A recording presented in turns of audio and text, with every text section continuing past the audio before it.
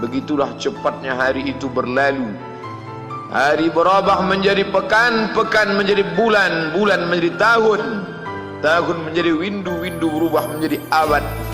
Yang mati hilang, yang dulu hidup kaya, hari ini hanya tinggal kenangan saja.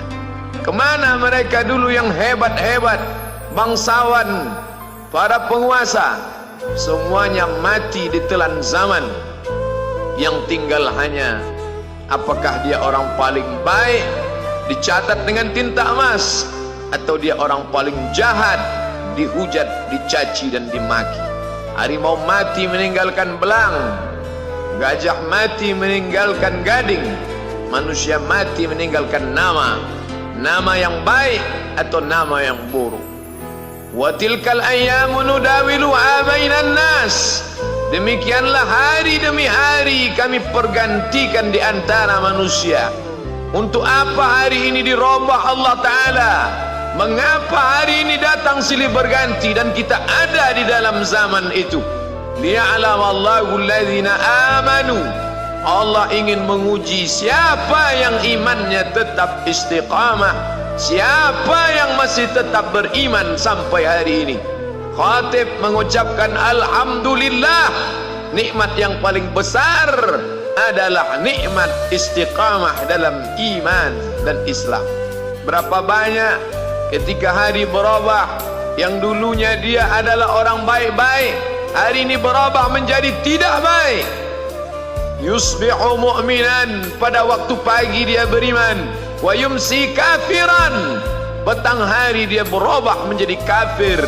Maka kita selalu meminta, ya muqallibal qulub, wahai engkau yang membolak-balikkan hati, tsabbit qulubana, kokohkan hati kami, ala dinik, dalam agamamu, wa ala ta'atik, dalam ketaatan kepadamu.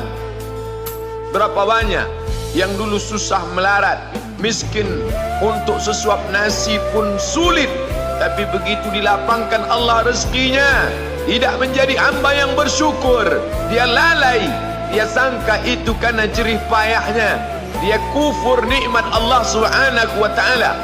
Tapi siang hari ini, alhamdulillah, ada hamba yang disehatkan Allah, dia tetap bersyukur. Ada hamba yang ditingkatkan Allah rezekinya, dia tetap bersyukur. Ada hamba yang dinaikkan Allah kuasanya, dia tetap bersyukur. La in syakartum, kalau kamu syukuri nikmat itu, la azidannakum, pasti akan kutambah. Wala in kafartum, tapi ingat, kalau kamu kufur, kamu ingkar, inna azabi lasyadid, azabku amat sangat hebat, amat sangat dahsyat, amat sangat mengerikan. Berapa banyak orang di masa lalu mati dalam azab Allah Subhanahu wa ta'ala. Tapi itulah manusia, diambil dari kata nasya, lupa. Dia tidak pernah ingat apa yang pernah ditimpakan Allah kepada kaum-kaum sebelumnya. Wa ila samud akhahum salihah, kepada kaum Samud diutus Nabi Saleh. Mana mereka sekarang? Punah, musnah, tidak ada lagi di atas muka bumi Allah. Wa ila Madyan akhahum Syuaiba, kepada kaum Madian diutus Nabi Syuaib. Mana mereka sekarang? Punah, musnah, tidak ada jejaknya di atas muka bumi. Wa ila Adin akhahum Huda, kepada kaum Ad diutus Nabi Hud. Tidak satu pun ada di atas muka bumi, tapi orang tetap juga angkuh dan sombong.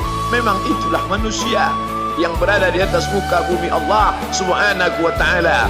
Maka orang-orang yang baik tidak pernah berhenti mengajak kepada kebaikan. Umat ini dikatakan baik bukan karena banyak ibadahnya. Umat ini dikatakan baik bukan karena dia pergi bolak-balik ke kota Makkah Al-Mukarramah untuk haji dan umrah. Allah puji umat ini, kuntum khaira ummah, kalian umat terbaik. Kapan? Bila umat ini disebut umat terbaik? Ta'muruna bil ma'ruf, ketika engkau sanggup mengingatkan saudaramu dalam kebaikan. Pagi ingatkan tentang siang, siang ingatkan tentang petang, petang ingatkan tentang malam, malam ingatkan bahwa esok pagi kita tetap berbuat baik. Wa tanhauna 'anil munkar, larang mereka dari perbuatan mungkar. Maka hari-hari yang sudah kita lewati di masa yang lalu, sanggupkah akan pulang kembali?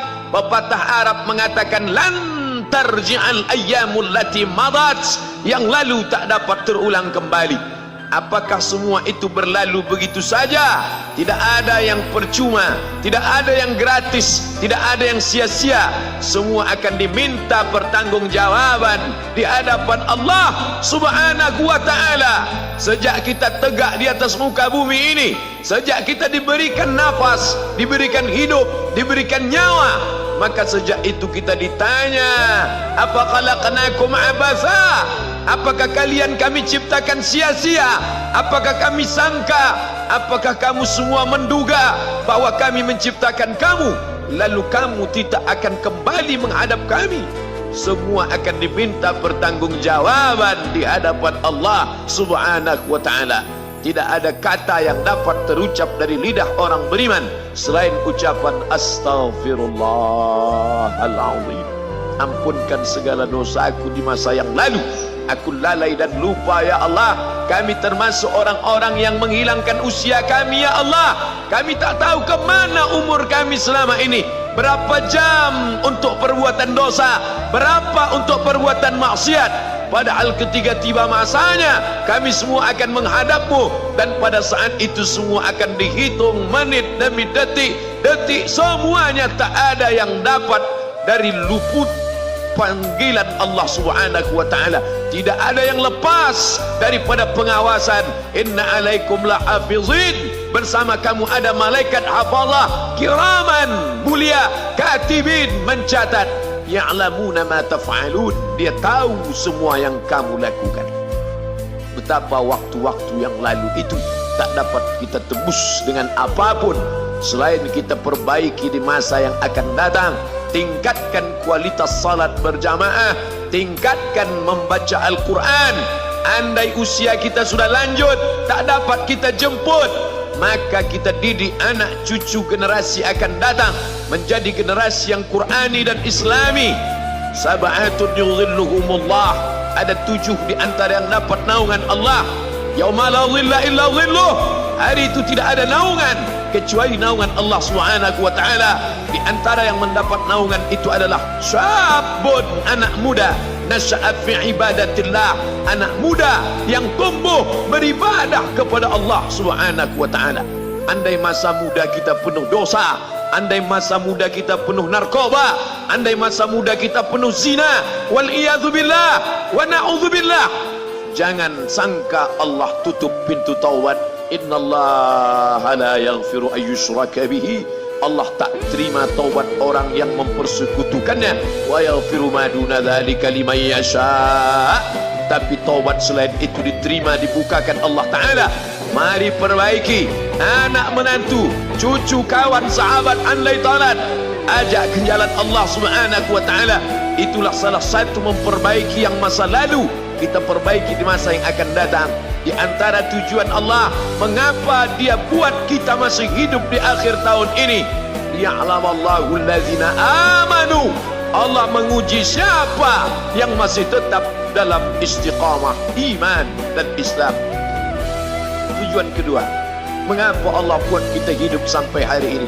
Wa yattakhidha minkum syuhada, wa yattakhidha minkum syuhada, Allah ingin melihat siapa di antara kita ini yang layak untuk menjadi syuhada.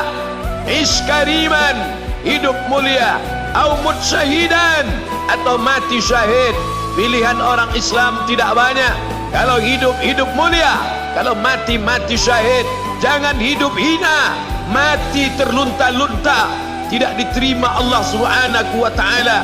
Hidup mulia atau mati syahid dipersaksikan oleh para malaikat. Man kharaja fi talabil ilmi, siapa yang keluar rumah dengan niat menuntut ilmu, fahuwa fi sabilillah, maka dia seperti orang yang berjihad fi sabilillah, yang jauh meninggalkan kampung halaman, menuntut ilmu di perantauan. Jangan kau sangka kau anak yang terbuang, engkau adalah seorang syahid. Andai mati dalam perjalanan, maka matimu adalah seorang yang mati syahid.